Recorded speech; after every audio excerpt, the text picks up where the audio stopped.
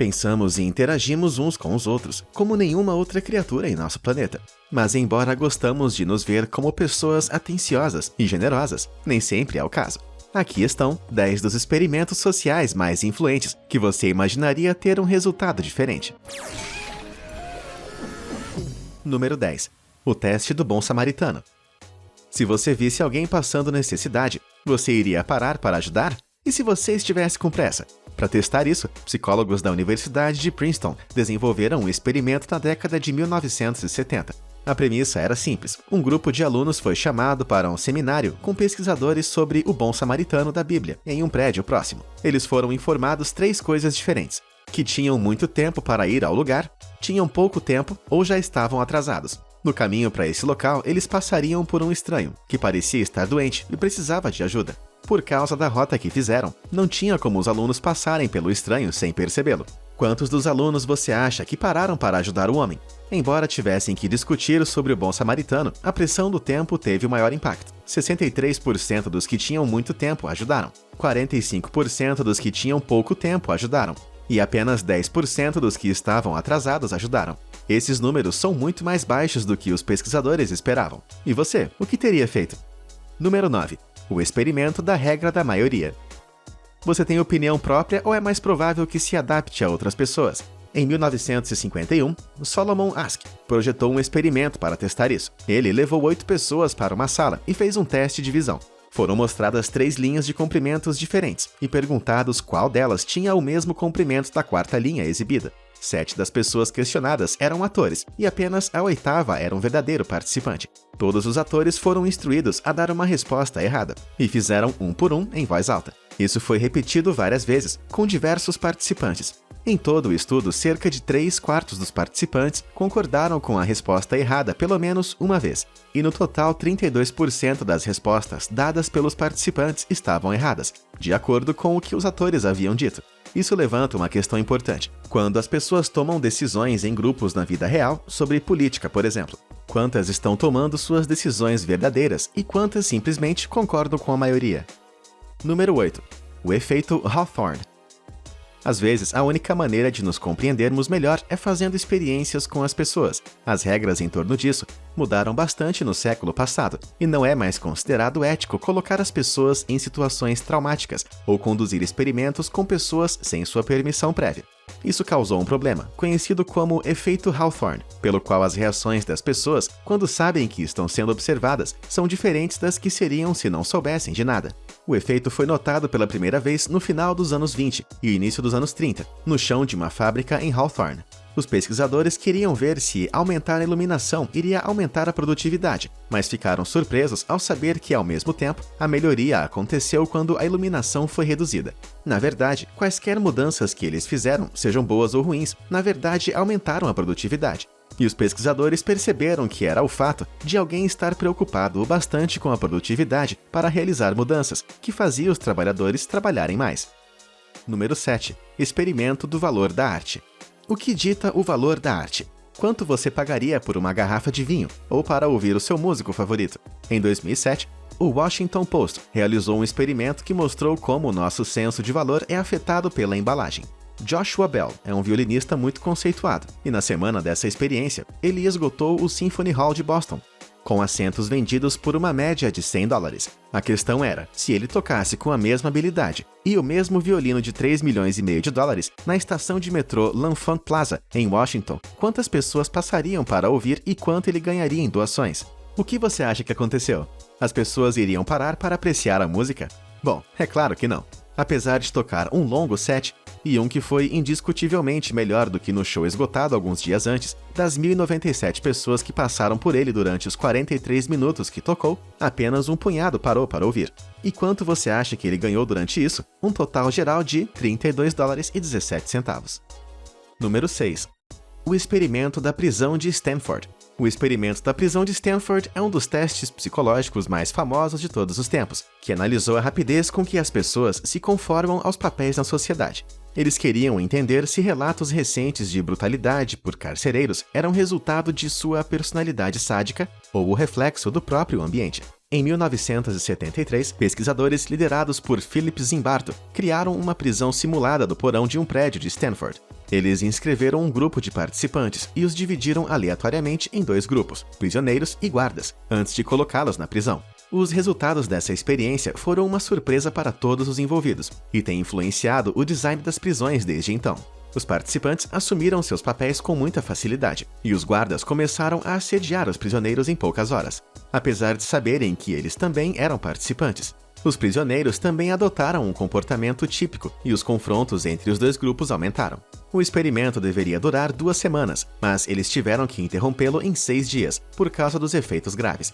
Os prisioneiros adoeciam, os guardas vinham com punições mais duras, e até o pesquisador principal disse que começou a pensar como um superintendente de prisão, e não como pesquisador. Tanto os guardas quanto os prisioneiros internalizaram seus papéis como parte de sua identidade. Isso apenas mostra que nosso comportamento pode ser facilmente moldado pelo nosso ambiente e instituições. Ainda assim, como aprendemos com o efeito Hawthorne, eles podem ter agido dessa forma porque sabiam que estavam sendo observados. Número 5. Memórias alteradas. O quanto você confia na sua própria memória? Elizabeth Loftus queria examinar a permanência da memória em 1974 e, em particular, investigou a confiabilidade do testemunho ocular. Para fazer isso, ela mostrou 7 vídeos diferentes de acidentes de trânsito para 45 participantes diferentes. E, em seguida, eles foram solicitados a descrever o que tinha acontecido, como se fossem testemunhas oculares. E depois fizeram perguntas específicas, como a que velocidade os carros estavam indo quando bateram. Quando essa pergunta final foi feita, a palavra bater foi trocada por cada participante, usando alternativas como colidiu, chocou, quebrou e trombou. É um teste simples, mas os resultados mostraram como nossas memórias podem ser alteradas. A velocidade média dada pelos participantes foi diretamente afetada pelo verbo utilizado na pergunta. Aqueles que estavam no grupo bater deram a maior média, a 65 km por hora, e aqueles no grupo colidir deram a menor, de 51 km por hora. Isso é uma diferença de 14 km por hora, simplesmente com base na forma de como a pergunta foi feita. Isso mostra como as palavras são influentes e como é importante fazer perguntas não tendenciosas. Também mostra como o processo de evocação é tão importante para a memória quanto o processo de armazená-la em primeiro lugar.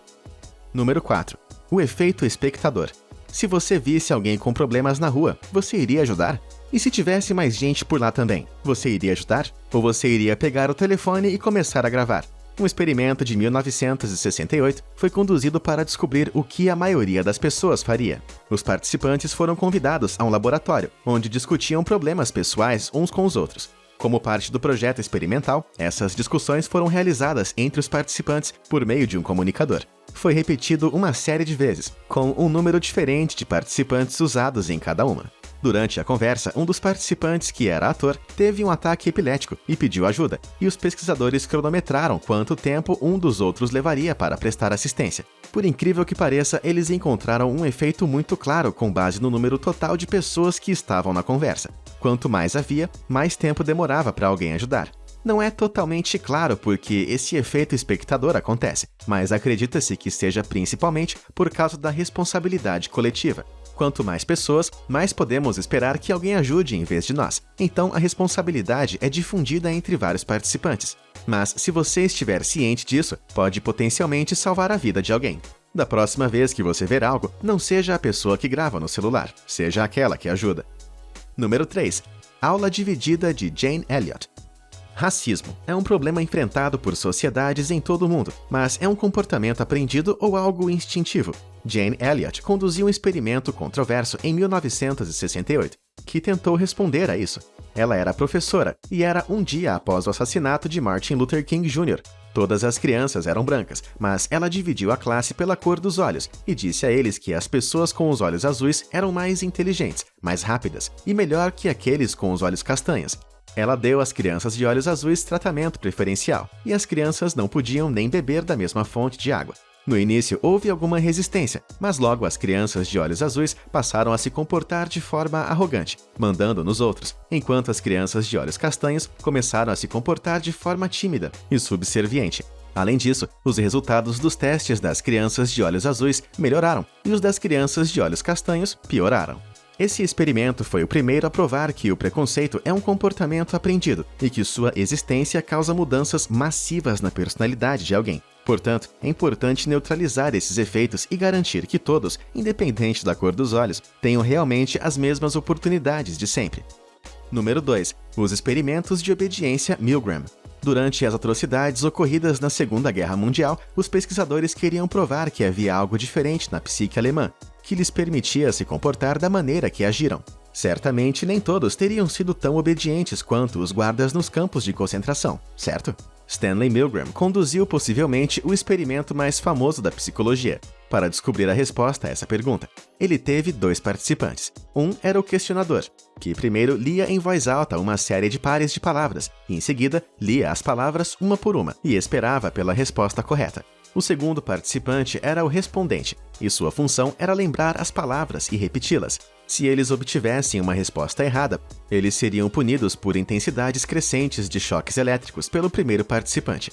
Claro que isso era uma armação, e o participante sendo eletrocutado era um ator. A ideia do experimento era ver até onde o questionador iria e quantos choques elétricos eles dariam. Não importava quanta dor a outra pessoa parecesse estar sentindo. Havia um pesquisador na sala, e eles diriam ao participante a continuar com o experimento, caso mostrasse sinais de resistência. Você iria parar, certo? Especialmente se você tivesse que dar um choque elétrico potencialmente fatal, certo? Bom, eles descobriram que 65% das pessoas, apesar de mostrarem sinais de estresse, foram até o fim e usaram o choque potencialmente fatal. Isso provou que somos seres naturalmente obedientes, e nossa capacidade de atribuir culpa aos outros significa que somos capazes de coisas horríveis se formos ordenados a fazê-lo por uma pessoa de autoridade. Número 1. O experimento sem calças é melhor do que com calças. Você é observador? E você notaria uma nota de 50 na calçada? Ou que tal uma pessoa com calças simplesmente pintadas em seu corpo? Esse experimento examina como as pessoas prestam atenção umas às outras. Conforme a modelo caminha pelas ruas, apenas algumas pessoas perceberam que algo não estava certo. Alguns tiraram fotos atrevidas e outros simplesmente olharam. Uma coisa é certa: as pessoas normalmente não percebem o que está acontecendo ao redor. Isso só nos mostra que nossos atalhos mentais significam que nem sempre estamos totalmente cientes do que nos rodeia. E aí, como você acha que teria respondido se estivesse participando nesses experimentos? Você ficou chocado com a realidade que eles revelaram sobre nossa natureza humana? Conta pra gente nos comentários. Obrigado por assistir e até a próxima!